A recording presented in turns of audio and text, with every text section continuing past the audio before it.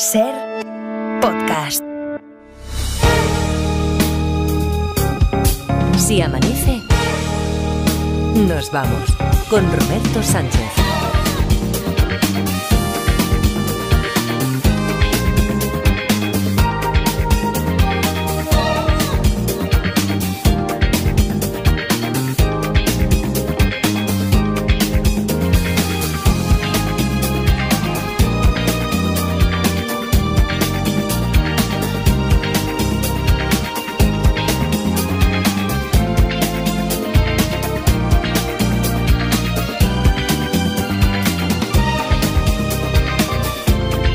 Las 4 y 4, 3 y 4 en Canarias. Saludos, señoras, señores, ¿qué tal? ¿Cómo están? ¿Cómo estáis? Muy buenas noches, bienvenidos, bienvenidas y felices madrugadas de radio. Bueno, si yo os digo, si no estuvisteis pendiente o no habéis escuchado siquiera en el avance que hacemos siempre, aquí unos minutos antes de que acabe el Faro con Mara Torres, ¿en qué punto está el expediente sobre el que estamos investigando el caso abierto del juego de los detectives? Si no estáis al corriente, claro, y os digo, como Julia escribió ayer en Twitter esta pregunta, o al menos, más que pregunta, compartió con todos vosotros esta sospecha. Para estar borracho el capitán, parece que se acuerda de todo, ¿no? Ya. O lo que también apuntó Pejiguera en esa misma red social en Twitter, ¿la cocina está limpia? Twitter.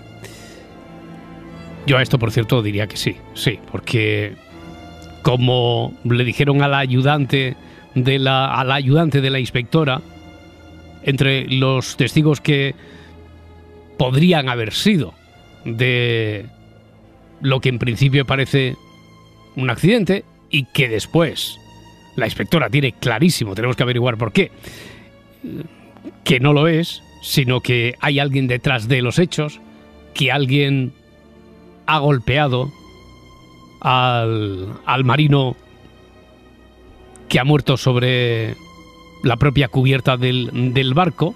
Entre los testigos, digo, están, por ejemplo, el cocinero con sus ayudantes, que ellos dicen que estuvieron recogiendo la cocina después de la cena. Por lo tanto, de ahí la pregunta de Pejiguera de, a ver, esto la cocina, si dijeron que estuvieron recogiéndola, a ver si hay muestras de ello. Y sí. Ghostfather pregunta, ¿es posible que al ser de noche cuando llegaron, en ese momento no se pudiera ver con claridad si la bandera está o no está al revés? Para que no suene ajeno todo esto, vamos a recordar, estamos jugando con este enigma que titulamos Crimen en el puerto, Crimen encubierta, y que nos propuso Edu Martínez. Esta es la dramatización.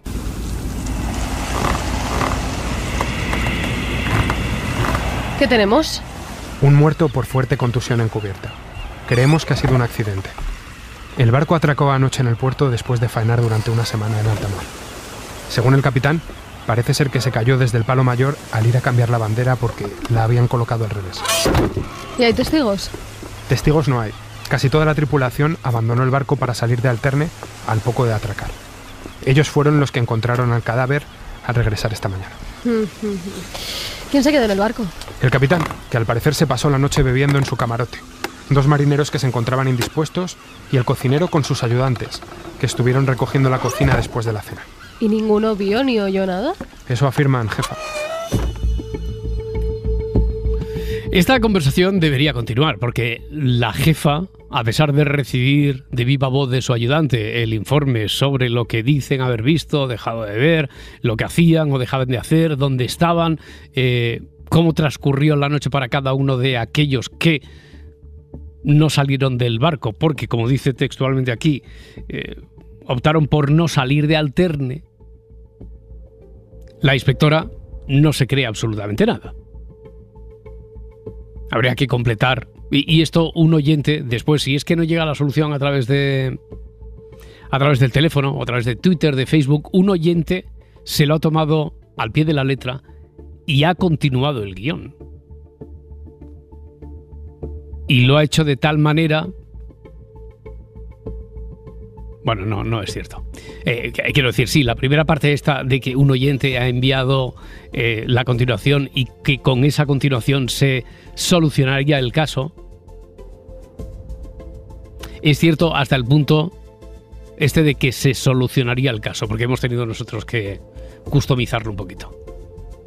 Él lo completaba muy bien, pero no con la solución. Por eso la dejamos todavía sobre vuestro tejado. Así que 900, 100, 800 y os leemos en Twitter, en Facebook. Esto es Juego de los Detectives y Amanece nos vamos en la SER.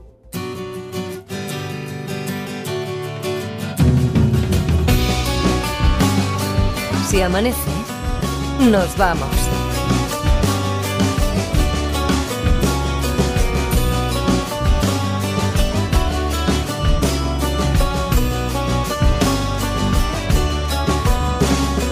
Told you a secret you won't tell, so will you hold it and keep it alive? 'Cause it's burning a hole and I can't get to sleep and I can't live alone in this life. So look up, take it away, don't look down the mountain. If the world isn't turning, your heart won't return anyone, anything, anyhow. So take me, don't leave me. Take me, don't leave me. Baby, love will come through, it's just waiting for you. I stand at the crossroads of high roads and low roads, and I've got a feeling it's right. If it's real what I'm feeling, there's no make-believe in the sound of the wings of the flight of a dove. Take it away, don't look down the mountain. If the world isn't turning, your heart won't return anyone, anything, anyhow. So take me, don't leave me. Take me, don't leave me. Baby, love will come through, it's just waiting for you.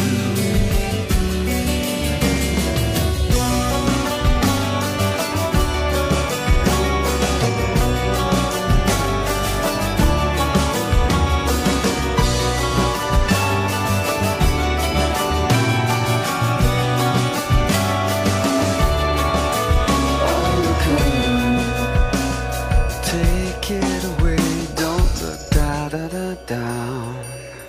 Este temazo de Travis también está en la lista de referencia, lista de reproducción con la música que os puede resultar familiar para aquellos que sois incondicionales habituales de este programa. Si amanece nos vamos, SER, está en Spotify. Bueno, venga, más datos sobre el caso del crimen en el puerto, porque ayer avanzasteis hasta aquí. En el capítulo anterior. ¿Lleva el atuendo normal de trabajo? Sí. ¿Está lejos del mástil? Está en una posición, en una distancia en la que sería creíble que hubiera caído desde la altura del mástil, sí. ¿La bandera está bien puesta? La bandera está bien puesta, sí. ¿Puede haber alguna prueba de que no haya subido al mástil? No. ¿Realmente se ha caído desde el palo? No. ¿Hay cristales en su pelo o cerca del cuerpo? No, no hay. Que el que miente es el capitán, hombre, porque quieres cambiar una bandera de posición, lo que tienes que hacer es arriar la bandera, desde abajo la cambias de posición y la vuelves a izar. Ya. No vas a subir arriba a cambiar la bandera, no tiene ninguna lógica. El que miente es el capitán, yo te digo que sí. Lo único que no es porque no se haya tenido que subir arriba. Pues el único que da órdenes en un barco es el capitán. Ya. Y para haber estado borracho, caramba, es que se acuerda de todo. No es porque la inspectora no vea creíble que mantenga la memoria tan fresca. ¿Se da cuenta por el interrogatorio? Sí, la inspectora ha habido algo de lo que ha dicho sobre todo el capitán que no le da buena espina.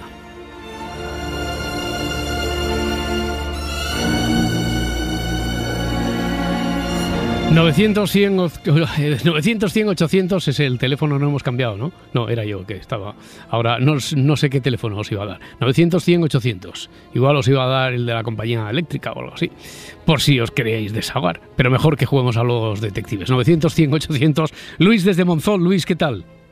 Hola, buenas noches. Buenas noches, ¿cómo estás? Bien, despierto. Vale, despierto, muy despierto, te veo, al menos si eso que dicen que además de los ojos la voz es el espejo de, yo te noto muy despierto, Luis. Y eso que soy jubilado desde hace mucho tiempo. Bueno, pues nada, no, dime tú, que estoy deseando que uno de vosotros, ojalá tú, que ya tienes un número, por cierto, en la lista, sí, amplia lista, eres el candidato, no digo que vayas a tener el 17, pero eres uno de los 17 que de momento tenemos aquí como candidatos para el sorteo de mañana, de cara a conseguir una plaza en la final de este mes para, a su vez, llegar a disputar el título de detective de este curso. ¿Tú qué crees, Luis, o qué preguntas? Vamos a ver, mi pregunta es, sobre todo, se ha centrado la cosa en cómo cambió la banderita. Lo principal es la clase de bandera que es. Esa es una muy buena observación, es una muy buena pregunta porque desde luego tiene que ver. Vale, entonces creo que lo tengo. Sí. Hay varias banderas, entre ellas la española, pero sobre todo la japonesa, que se llama Inomaru, que quiere decir círculo solar, sí, que tiene el agujerico rojo en el centro. El puntazo, sí. Que tanto de un lado como de otro se ve igual, con lo cual es imposible que la haya mandado cambiar. Es decir, que en la sospecha que ya quedaba bastante clara, que se tenía ayer, sobre que el testimonio del capitán carecía por el testimonio o algo que había encontrado la policía en la actitud del capitán, algo que hacía levantar sospechas, porque el testimonio, por ejemplo, pudiera no ser del todo creíble. ¿Tú crees que estaría en eso? En el punto en el que dice, no, es que como se subió... No puede estar cambiada, claro, porque de un lado y de otro es totalmente igual. A ver, vamos a hacer una cosa, Luis. Vamos a escuchar esta representación, la parte que queda de la dramatización, tal y como la ha enviado Juanma López, con alguna incorporación para que sea literal a la respuesta que aguardaba el autor de la historia, Edu Martínez, y a ver si coincide más o menos. Mira, seguimos entonces escuchando a la inspectora con su ayudante, a ver si coincide con esto que me dices.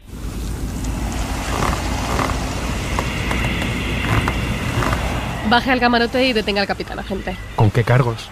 Deténgale por tonto y por borrachín. Pero, inspectora... Es que se necesita ser tonto para declarar que mandó a un marinero que cambiase la bandera porque estaba al revés. Ah, vale. No lo entiendo. Vamos a ver, la bandera es de Japón. Y se ponga como se ponga, va a estar siempre bien puesta. Es totalmente simétrica, así que nadie ha podido ponerla al revés. Así que el capitán miente. No mandó al marinero a subir al mástil, así que no se cayó, lo mató él mismo. ¿Y el móvil, inspectora? Pues la clave también es otra banderita, la del arco iris. Son gays, así que es un crimen pasional. El marinero prometió abandonar al capitán al llegar al puerto y pues en un ataque de celos lo mató, agravado por la borrachera. Esto del móvil ya es un bonus extra, porque no lo pedíamos ni hacía falta, ni era necesario para solucionar la historia. También. También te lo sabías. Pero como no lo habéis preguntado... El móvil tú también te lo sabías. No, porque en estos casos era broma, ya lo sé, Luis. No, pero que el móvil, además, que no sé si fue en este caso donde muchas veces preguntáis, ¿y el móvil es posible que hubiera alguna relación tal? Y dije, carece de importancia. Aquí, en este caso, también carecía de importancia. Bonus extra de la respuesta que ha dado Edu Martínez a la historia de Edu Martínez, Juanma López, que tiene un número igual que tú, que repites, veo, esta semana, Luis, gracias a la solución de esta historia. Bueno, pues muy bien, ya lo tenemos hecho, Enhorabuena. ¿Cuándo lo has visto claro tú? ¿Ya desde ayer y no tuviste tiempo o has estado pensando? Ayer y no tuve tiempo. Y mira, aprovechando que hoy parece que hay un ratillo para hablar, la angustia del detective cuando cree que tiene la solución y las 2 o 3 llamadas anteriores ya lo están rondando. Y ayer me quedé a las puertas, por eso hoy he llamado pronto, porque veía que ya estaba la cosa muy madurada. Estaba muy centrada en lo de la bandera, estaba muy centrado en el testimonio de... pasar en la espera, a este lado del teléfono te quisiera ver yo. Claro.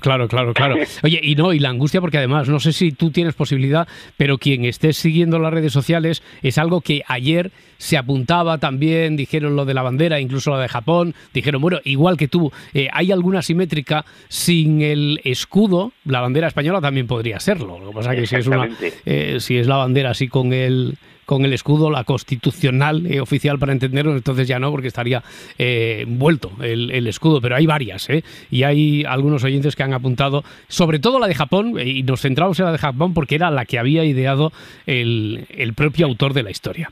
Muy bien, pues enhorabuena, amigo. Ya sabes que tienes un par de números el que conseguiste, porque casi estuviste a punto de acertar la de la habitación del hotel. Tengo aquí apuntado el día de Córcoles. Y de raparse las barbas. Ahí está, en aquella historia, y la de hoy de el asesinato, el crimen en el puerto. Un abrazo y muchas gracias. Y siento lo de la angustia.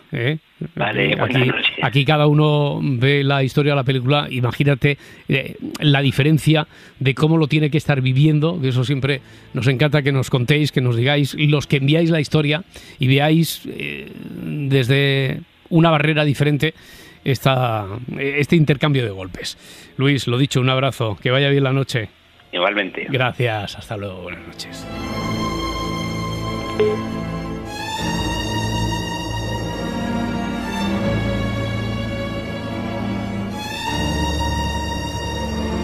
Está resuelta la historia, pero entre los que, no sé si con la misma angustia que describía Luis, quienes estaban ahí en lista de espera, uno de ellos es Francisco de Murcia, se presta... Por detective valiente, lo tomamos ya y también le damos un número, se presta para, sea cual sea la siguiente historia, ser el primero en participar. Francisco, ¿qué tal? ¿Cómo estás? Hola, buenas noches. Buenas noches. ¿Tú sabías lo de la bandera? Esta era una bandera simétrica, podría ser la bandera de Japón. Sí. ¿Tenías la solución esta también? Yo había pensado en la de Suiza. Bueno, que también, con la cruz. Que también, sí, exacto. Muy bien. Oye, pues sí, veo por aquí que era una de las citadas también, la de Suiza, la de Japón. A ver si encuentro exactamente es que no recuerdo si citaban a la cuenta de Juego Detectives o a la cuenta de Si Amanece, alguien que daba 3 o 4 opciones de banderas. Da igual cómo se ponga la bandera, Easy hablaba de una, así en concreto, una que pudiera ser igual, y alguien que comentaba esto de diferentes banderas. Bueno, oye, ¿te atreves entonces con la siguiente historia, sea la que sea? Claro. Sea la que sea, vale. Estamos en otra disyuntiva, porque no sé si tenemos pocos minutos, porque enseguida abrimos el juzgado de guardia y hoy tenemos que solucionar ahí con nuestro fiscal, con Félix Martín. Es el 7º y último capítulo ya de Macondo 22. Hoy llegamos al juicio y hoy es el desenlace y lo sabemos todo sobre lo que pasó con Lope y si va a la cárcel o no va a la cárcel. Venga, te leo esta que vamos a titular La carta y la muerte. Dice así: Joaquín tiene un sobre en la mano, un sobre que contiene una carta que no ha leído.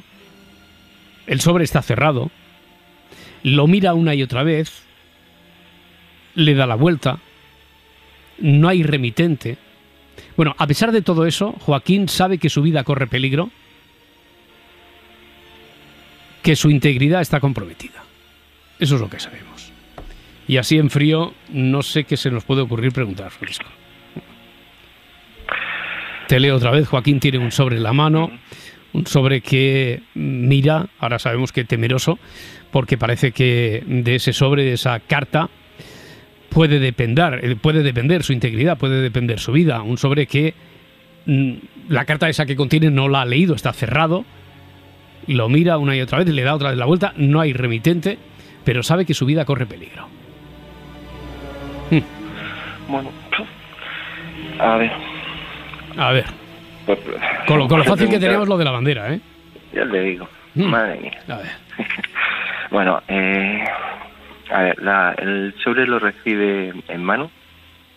¿A través de otra persona? El sobre es otra persona quien se lo da en mano. Sería creíble, es verosímil, sí. Vale. ¿Él ha cometido algún delito? ¿Joaquín ha cometido algún delito? No, ninguno.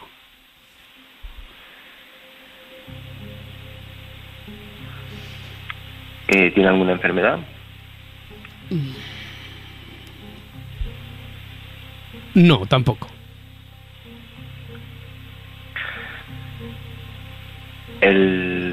La carta que recibe, bueno, él no lo sabe, pero me imagino que nosotros sí.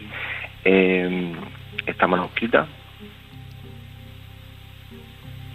El sobre está manuscrito y él, claro, hemos dicho que no lo ha leído, pero intuye que sí. Intuye que sí, y yo creo que habría un 90 y tantos por ciento, por no decir el 100% de posibilidades de que estuviera manuscrita. Vale. Él imagina quién ha sido, quién le ha mandado. ¿Quién ha escrito? Él no sabe quién ha escrito esa carta. La carta y la muerte es la historia que, con toda la valentía del mundo y digno de admiración, Francisco de Murcia, que estaba esperando para resolver una historia que ya tenía. Francisco de Murcia se lleva un número también para el sorteo de mañana, pero digo que es la historia con la que está ahora mismo trabajando en directo, sobre la marcha. Francisco, que no venía aquí, no era imposible que viniera con ninguna idea predeterminada. Joaquín tiene un sobre en la mano, un sobre que contiene una carta que no ha leído, está cerrado, sabemos que está manuscrito el sobre, dentro muy probablemente también la carta esté manuscrita. Joaquín mira temeroso el sobre una y otra vez, le da la vuelta, no hay remitente, pero sabe que su integridad está comprometida, que su vida corre peligro. Vale, pues no sé, no se me ocurre ahora nada más. Es que has hecho unas primeras preguntas muy pertinentes, muy buenas, ¿eh? Bueno. A ver si ahora colgamos y justo cuando cuelgues, que eso pasa y ay, tenía que haber preguntado esto. Sí, o llega la lucidez, ¿no? Bueno.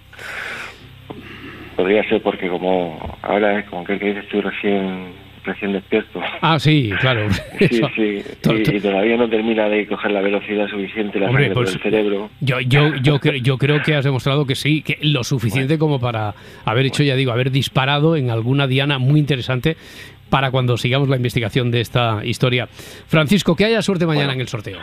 Muy bien, muchas gracias. Un abrazo. Venga, un Hasta abrazo. luego. Adiós, buenas Hasta noches. luego. 4:26, 3:26 en Canarias. Un par de minutos y continuamos.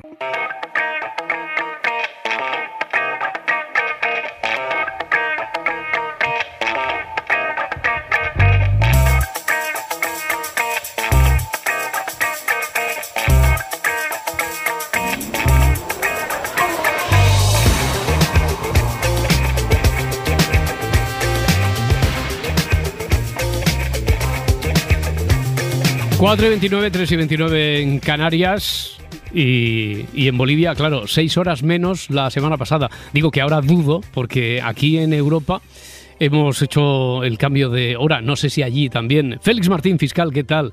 Buenas noches para ti. Buenas noches, pues aquí no hemos hecho el cambio de hora, Roberto, y son las 11:29, así que estoy en un día menos todavía que tú. Un día menos, pero 5 horas en lugar de 6, ¿no? Por lo tanto, si no se ha hecho el cambio. Oye, ¿y qué tal esta semana por allí, por Bolivia? ¿Ha resultado también productiva? ¿Has aprendido muchas cosas? ¿En qué ha consistido tus idas y venidas por allí, por ese país? Pues voy a volver a España enamorado de Bolivia y de su gente. He ido conociendo el trabajo de los fiscales aquí en Bolivia y vengo fascinado de los paisajes, de la gastronomía, de nuestra cercanía cultural. Es, la verdad, es maravilloso, una experiencia que no voy a olvidar nunca. Y has seguido conviviendo bien con el mal de altura, con la altitud. Vamos, que no ha sido mal para ti. Te has adaptado pues enseguida. Sabes que me he adaptado mejor de lo que pensaba. La paz, la verdad, yo no sabía que impresiona mucho, ¿no? Por ejemplo, una cuesta... tienes que tomártelo con mucha calma porque te cuesta mucho subirlo, que es el sitio más alto donde he estado, pero yo creo que luego he vuelto a Sucre, que está un poquito más bajo, y yo ya creo que ya me he adaptado. Yo te digo que sigo aquí un mes y ya soy un boliviano más. Félix Martín es fiscal, es jefe de formación de la carrera fiscal. Con él cada semana estamos abordando lo que decimos nosotros que es un curso acelerado de criminología, y para para avanzar en ese curso escogió un caso real, aunque aquí le ha puesto él algo de literatura empezando por el nombre, el lugar donde ocurrió, el nombre de los protagonistas. Es el caso que hoy llega a su último capítulo, última entrega de Macondo 22. Hoy veremos la acusación, el juicio, el desenlace final ya definitivo.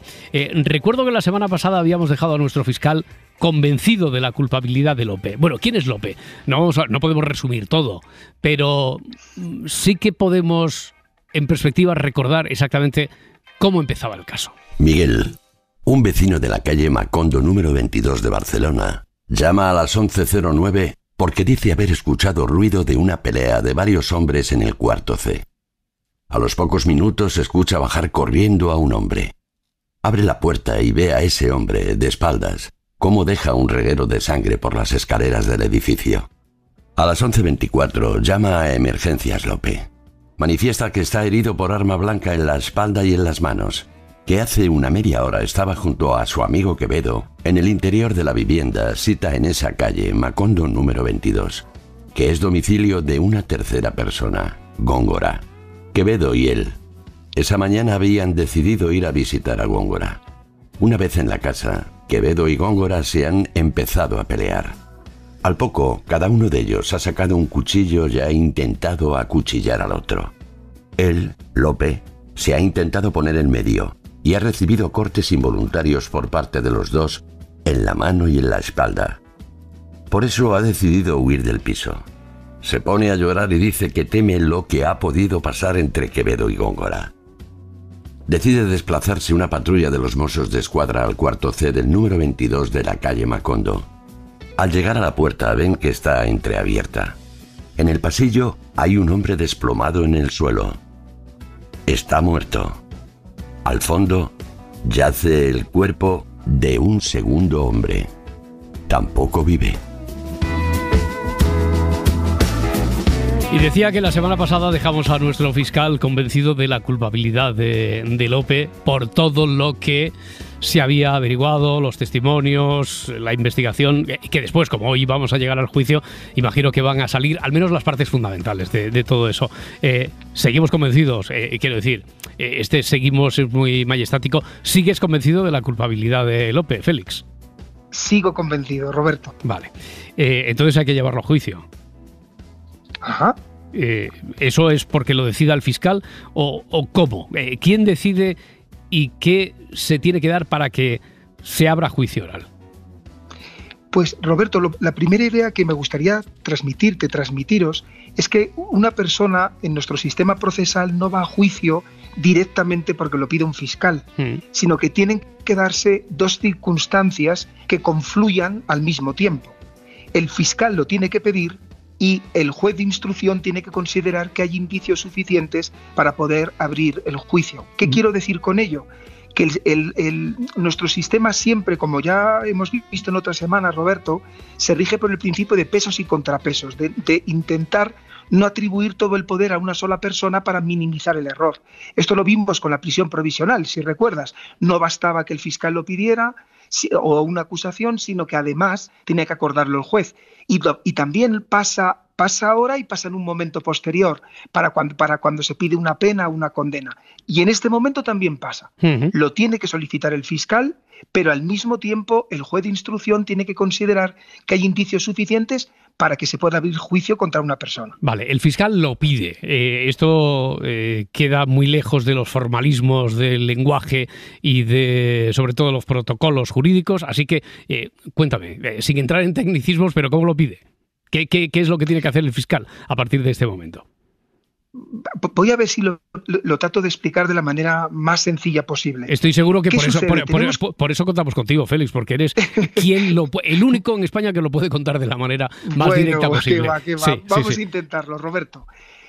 A ver, tenemos que hacer compatible el que el fiscal pida la acusación contra una persona en un escrito y que al mismo tiempo el acusado, la persona a la que se acusa, a través de ese escrito, Roberto, tenga toda la información, absolutamente toda, que le permita poder defenderse con todas las garantías. Vale, y ese escrito, que se llama escrito de acusación, tiene que tener 6 partes, si se me permite simplificarlo. Una, donde el fiscal tiene que describir el hecho, pues el día tal, en la calle Macondo 22, el señor Lope iba acompañado por el señor Quevedo, etcétera, etcétera, etcétera. Tienes que describir hechos fácticos.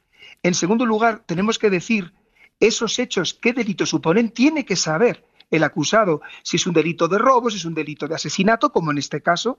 En tercer lugar, ¿a título de qué responde? En este caso está claro que es autor, pero imaginamos que fuera cómplice. También tiene que saber qué concreta responsabilidad le estamos atribuyendo. En cuarto lugar, si consideramos que hay algún atenuante o agravante, porque imaginemos que puede existir alevosía, ya lo veremos en otras ocasiones, puede existir ensañamiento, puede existir un atenuante también. Y en quinto lugar, tienes que solicitar una pena concreta. El acusado tiene que saber a qué pena se enfrenta.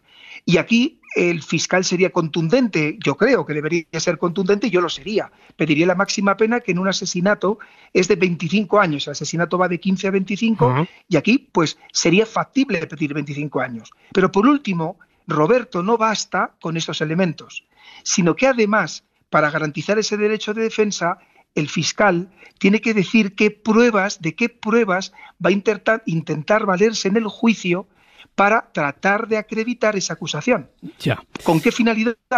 Que no haya ninguna sorpresa para el acusado en el juicio, que el acusado, como ves, tenga todos los elementos por los que el fiscal les acusa y tenga todas las pruebas en las que se basa el fiscal para esa acusación. Oye, y este escrito de petición que es una novela, son 10 páginas, 25, 200, 1000, más o menos. Pues mira, en un asesinato es más largo. Te diría un fiscal que, por ejemplo, imagínate un escrito de acusación de un hurto en un supermercado, puede ser 2 folios, y de una causa muy complicada, pues imaginemos con muchísimos acusados, o un asesinato muy complicado, pueden ser 20, 25 folios, o incluso cientos de folios, si es una causa muy, muy complicada. Claro, porque decías que contenga toda la información. Esto, a ver, voy a hacer yo ahora un poquito de abogado del diablo. ¿No es darle demasiada información, por lo tanto, ventaja a la defensa? Me gusta mucho que hagas esa pregunta, porque es muy importante que nuestros oyentes puedan saber que rotundamente no.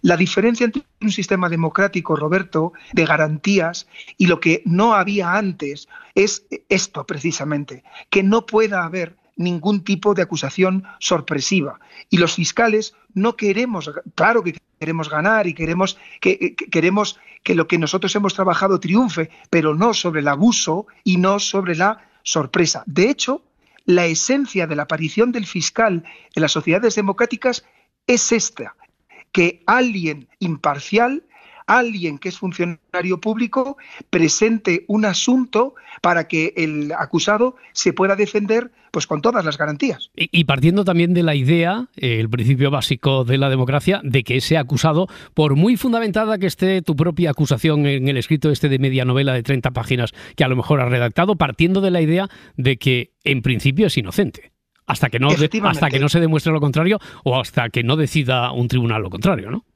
Efectivamente, ese es el punto de partida. El punto de partida del juicio siempre, y eso es una rémora que debe tener siempre la acusación y no la debe tener la defensa, nunca, por muy atroz que sea el crimen que supuestamente haya cometido el acusado, es que la línea de salida es la de la absoluta inocencia, al 100%. Bueno, pues ya tenemos acusación, incluso una petición de la pena, la máxima, 25 años por asesinato. ¿Qué sucede a continuación, Félix? Quiero decir, si se celebra el juicio en este caso, ¿tendría que ser un juicio con o sin jurado? Con jurado. Con jurado. ¿Por qué? ¿Por qué? Mira, me adelanta la pregunta que voy a saber porque ya te voy conociendo. ¿Por qué? Porque en nuestro sistema procesal, la ley del jurado, lo que recoge es que hay jurado en función de determinados delitos. Y la ley dice, si es un delito contra la vida, homicidio, asesinato, sí o sí tiene que haber jurado. Por el tipo de delito. Sin embargo, si es un delito de robo, no va a haber jurado. Es decir, no es la pena, no es el capricho de las partes, no es que el acusado lo solicite o que el fiscal lo pide. Hay unas normas objetivas que nos van a decir en qué supuestos, y el supuesto por excelencia de la ley del jurado, que es lo que los ciudadanos ven en los medios de comunicación, como tú puedes observar, Roberto, son los delitos contra la vida, los homicidios y los asesinatos. Venga, pues conozcamos un poquito más de hablando en términos incluso televisivos, del formato de ese juicio. Sabemos que es con jurado. ¿Cómo empieza? ¿Con quién? ¿Empieza con el interrogatorio del acusado? Efectivamente, primero hay una selección del jurado de la que hablaremos en otro momento, vale, si te parece, porque si no, hoy no vamos a terminar claro. El asunto de la calle Macondo 22, pero formalmente, una vez que está constituido el jurado, las partes se presentan y comienza con el interrogatorio del acusado. Este interrogatorio, Roberto, tiene dos características muy importantes, que también puede ser romper leyendas urbanas que la gente puede tener. Primero, que no se toma juramento o promesa de decir verdad al acusado. Que no tiene que decir aquello de juro decir la verdad y toda la verdad tal de las películas. ¿Por qué no? El acusado puede mentir, entonces. Eso es. Vale. Si tú imagínate que tú presencias esta noche cuando salgas del trabajo un robo en calle Gran Vía como testigo y te llaman a testificar. Ahí sí o sí a ti te van a tomar juramento de decir verdad porque eres testigo. Ya. O si eres la víctima también, pero no si eres el acusado. ¿Por qué? Y fíjate que aquí lo vamos a vincular con ese principio de presunción de inocencia que tú has hecho relación antes, Roberto. Como partimos de la presunción de inocencia y como partimos de un sistema de garantías, no podemos exigir que el acusado tenga que decir la verdad cuando de esa verdad pueda llevarse a cabo una condena contra él. Sería algo injusto exigirle que colabore en su propia condena. Entonces, supongamos que en el juicio Lope sostiene exactamente lo que hemos ido contando, cada capítulo, él repite la misma versión y que yo estaba allí, que estaba mediando, etcétera. Esto está en las antípodas de lo que tú crees que ha ocurrido y de lo que le estás culpando. ¿Qué haces tú entonces? Pues allí yo tendría que preguntarle, él tendría que dar su versión y al momento final del juicio, que es cuando yo me puedo dirigir al jurado, que es uno de los momentos más bonitos para un fiscal, que es cuando tú estás a solas. Cuando digo a solas, quiero decir, está obviamente los abogados, el magistrado, etcétera, pero tienes todo el tiempo que quieras para explicar al jurado cómo tú valoras esas pruebas, pues tendrás que decir al jurado: señores y señoras miembros del jurado, yo considero que el señor Lope miente y les diré que no me tienen que creer porque lo dice el señor Félix Martín, fiscal, sino porque se lo voy a razonar con los argumentos que les voy a dar a continuación. Y ustedes, si esos razonamientos les convencen, tendrán que llegar a plantearse de que si mienten, ¿por qué va a mentir? Y si yo tengo otros indicios que apuntan a que este acusado, el señor Lope, ha mentido, si esos indicios no se refuerzan por la propia mentira del acusado. ¿Qué quiero decirte con esto, Roberto? Una mentira que el acusado mienta nunca puede servir, nunca, para condenar a una persona. Nunca.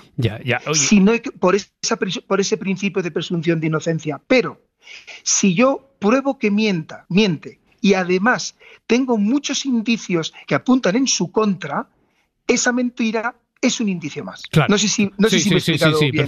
Perfectamente, claro, va en su contra, sobre todo si tú demuestras que está mintiendo, es como algo que deja en evidencia, ¿no? Y va contra su credibilidad, y eso se puede tomar como algo por parte del jurado, no sé si después por parte del presidente del tribunal, como algo en contra del acusado. Oye, estabas hablando del análisis de la prueba, tal. La semana pasada nos explicaste unas pruebas que eran muy importantes, las que tenían que ver con las llamadas entrantes, salientes, la agenda del teléfono, la sangre, la autopsia, y ahora en el juicio es cuando tienes que hacer valer las conclusiones a las que habéis llegado con todas esas pruebas.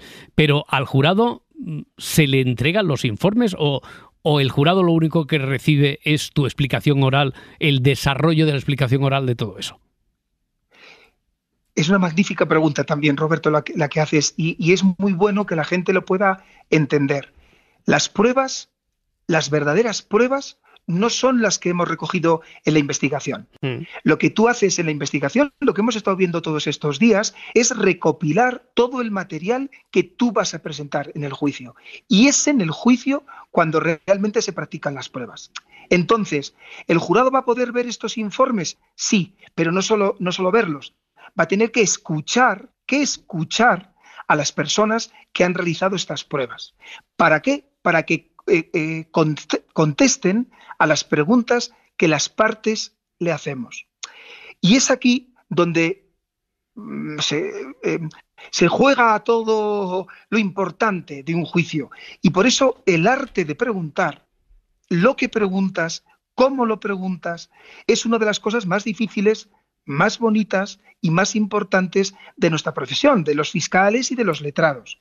Es un arte porque preguntar, Roberto, tiene un orden, diría que hasta una música, una cadencia, y en el caso del fiscal, yo lo tengo claro y siempre se lo digo a los fiscales, a los nuevos compañeros, ¿no? Cuando vienen a la escuela de fiscales, al Centro de Estudios Jurídicos, el fiscal, hasta en la forma de preguntar, tiene que demostrar, tiene que expresar rigor, honestidad y claridad. Porque tenemos que ganarnos la credibilidad del jurado. Y ganarnos la credibilidad, Roberto, no es para que el jurado sea crítico y diga, yo voy a decir lo que dice el fiscal porque me cae bien. No.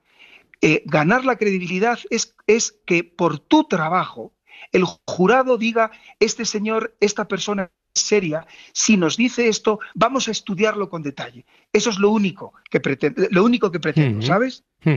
Es decir, que se llega entonces al juicio con, como dices, que tiene como una musicalidad, con la canción bien aprendida y sobre todo escogida a la letra. Hay que escoger muy bien y saberse muy bien la lección, conocer las preguntas que va a lanzarse y el orden en el que van a lanzarse esas preguntas, sea a los peritos, sea al acusado. Eso se tiene ¿Hay un guión muy cerrado de todo eso?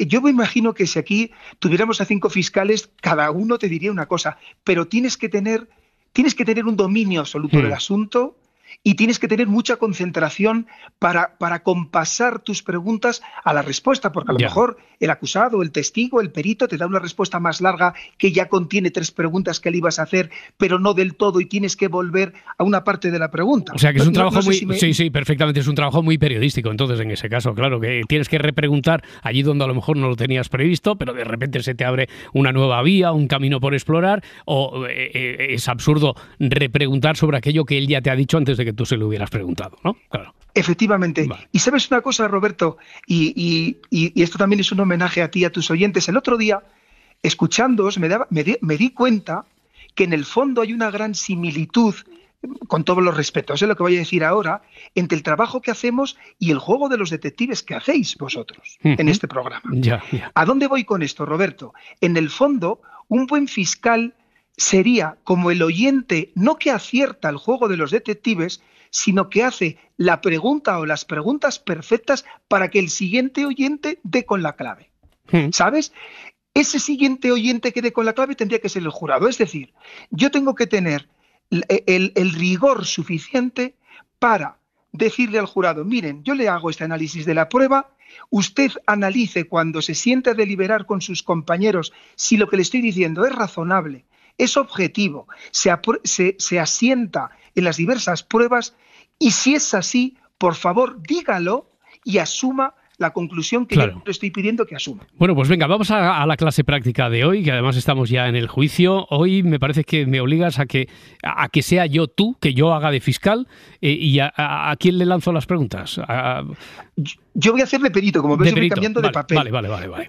Y sabes una cosa, Roberto, yo creo, y ya me tienes que decir tú, de manera súper crítica, que con solo 5 preguntas bien elegidas, bien estudiadas, puedo convencer al jurado, puedo convencer a la audiencia de que Lope es culpable, y les puedo explicar luego al 100%, ese es mi compromiso, lo que sucedió. Vale, entonces yo, ¿qué hago de ti? Voy a leer las preguntas que tú harías o hiciste, a ver si son esas 5 preguntas suficientes.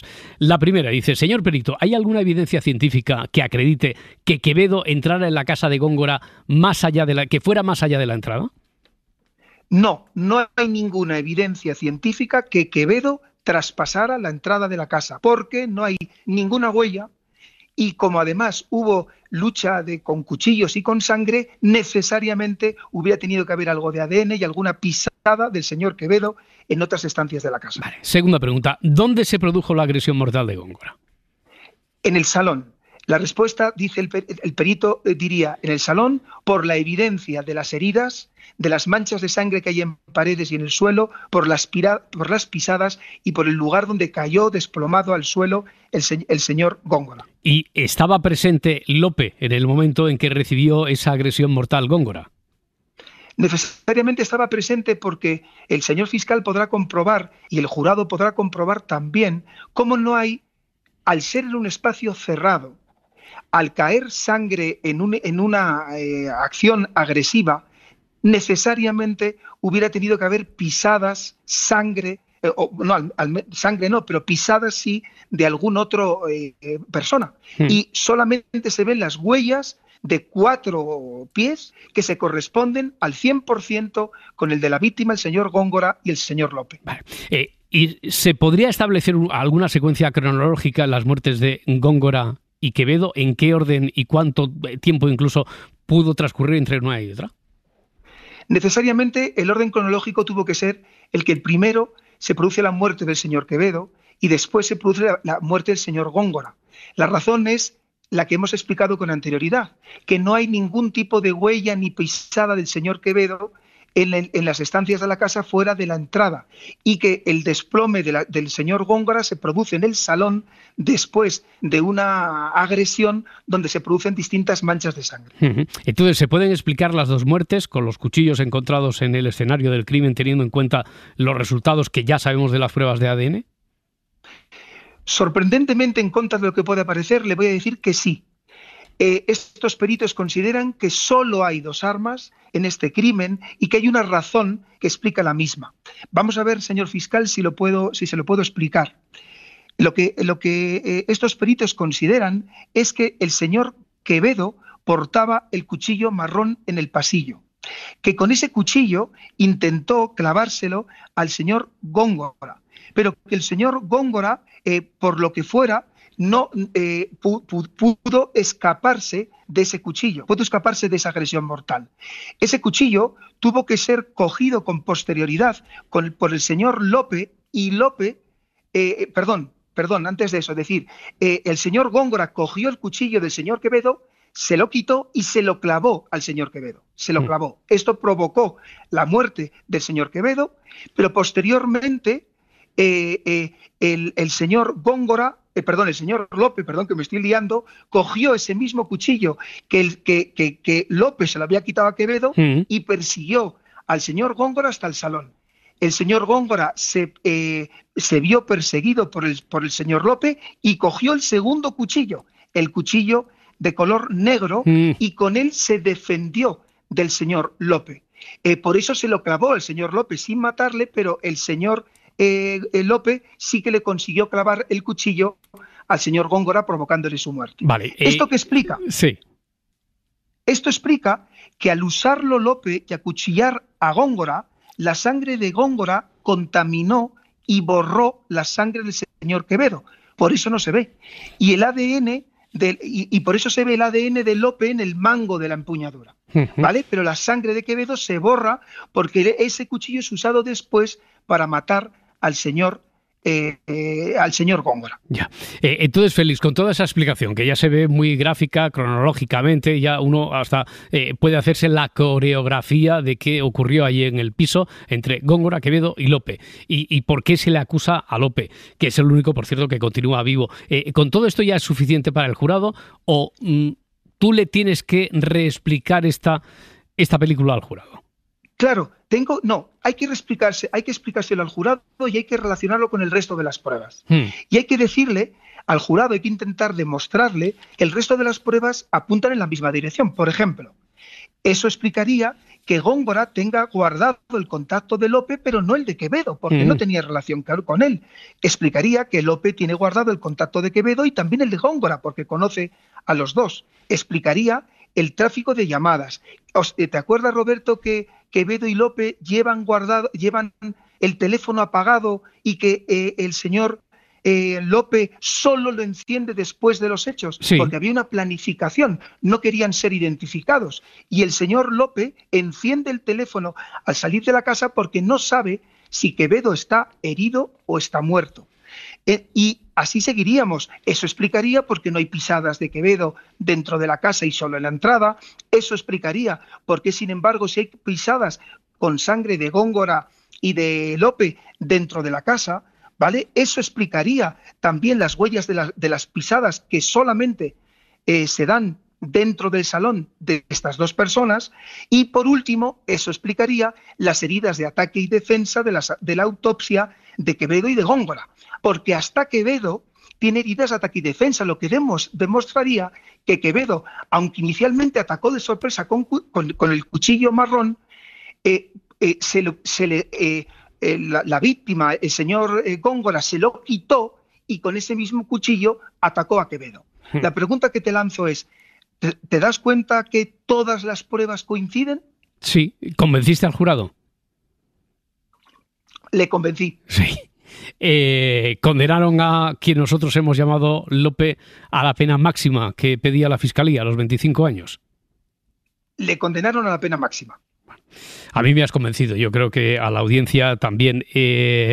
Para acabar, me has pedido, me has enviado una imagen. Es la imagen de cómo se representa la justicia. Yo creo que la mayoría de nuestros oyentes la tiene en mente, pero si no, nosotros volvemos a colocarla a través de las redes sociales.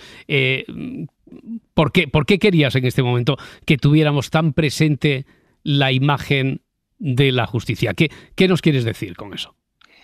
Lo que tiene que representar un juicio y lo que tiene que representar lo que se pretende en un juicio. Esa imagen que los oyentes pueden ver de esa mujer sentada con una espada a un lado, con una balanza en las dos manos y los ojos vendados, significa cada cosa tiene un valor. Roberto, el estar sentado significa reflexión. La espada, fuerza, rigor y valentía. La balanza, la prudencia y el equilibrio. Y la venda, la imparcialidad. Lo que importa es el hecho, no la valoración moral o ética de las personas. Y es que en el fondo lo que la justicia pretende es servir de espejo, de que el acusado, si se demuestra la culpabilidad, se enfrente a la verdad de lo que aconteció con esa fuerza, rigor y valentía de la espada, con esa prudencia de la balanza y con esa imparcialidad de la venda en los ojos. Ha sido muy interesante y estas 7 semanas con los 7 capítulos de la historia de Macondo 22 nos han servido para vivir desde dentro, desde la instrucción, la investigación, el juicio, hoy el final, con la resolución incluida. Seguiremos abordando este tipo de temas, lo que decimos que es la clase acelerada de criminología, con nuestro fiscal abriendo el juzgado de guardia, pero ya, bueno, la próxima semana te dejamos descansar, que estarás además de camino de vuelta aquí a España. Nos encontramos dentro de 15 días en juzgado de guardia sobre las 4:30, más o menos, en esta noche de transición entre el miércoles y el jueves. Félix Martín, fiscal, ha sido un placer, como siempre. Muchísimas gracias, amigo. Muchas gracias a vosotros. Cuidaros mucho. Hasta luego. Un abrazo.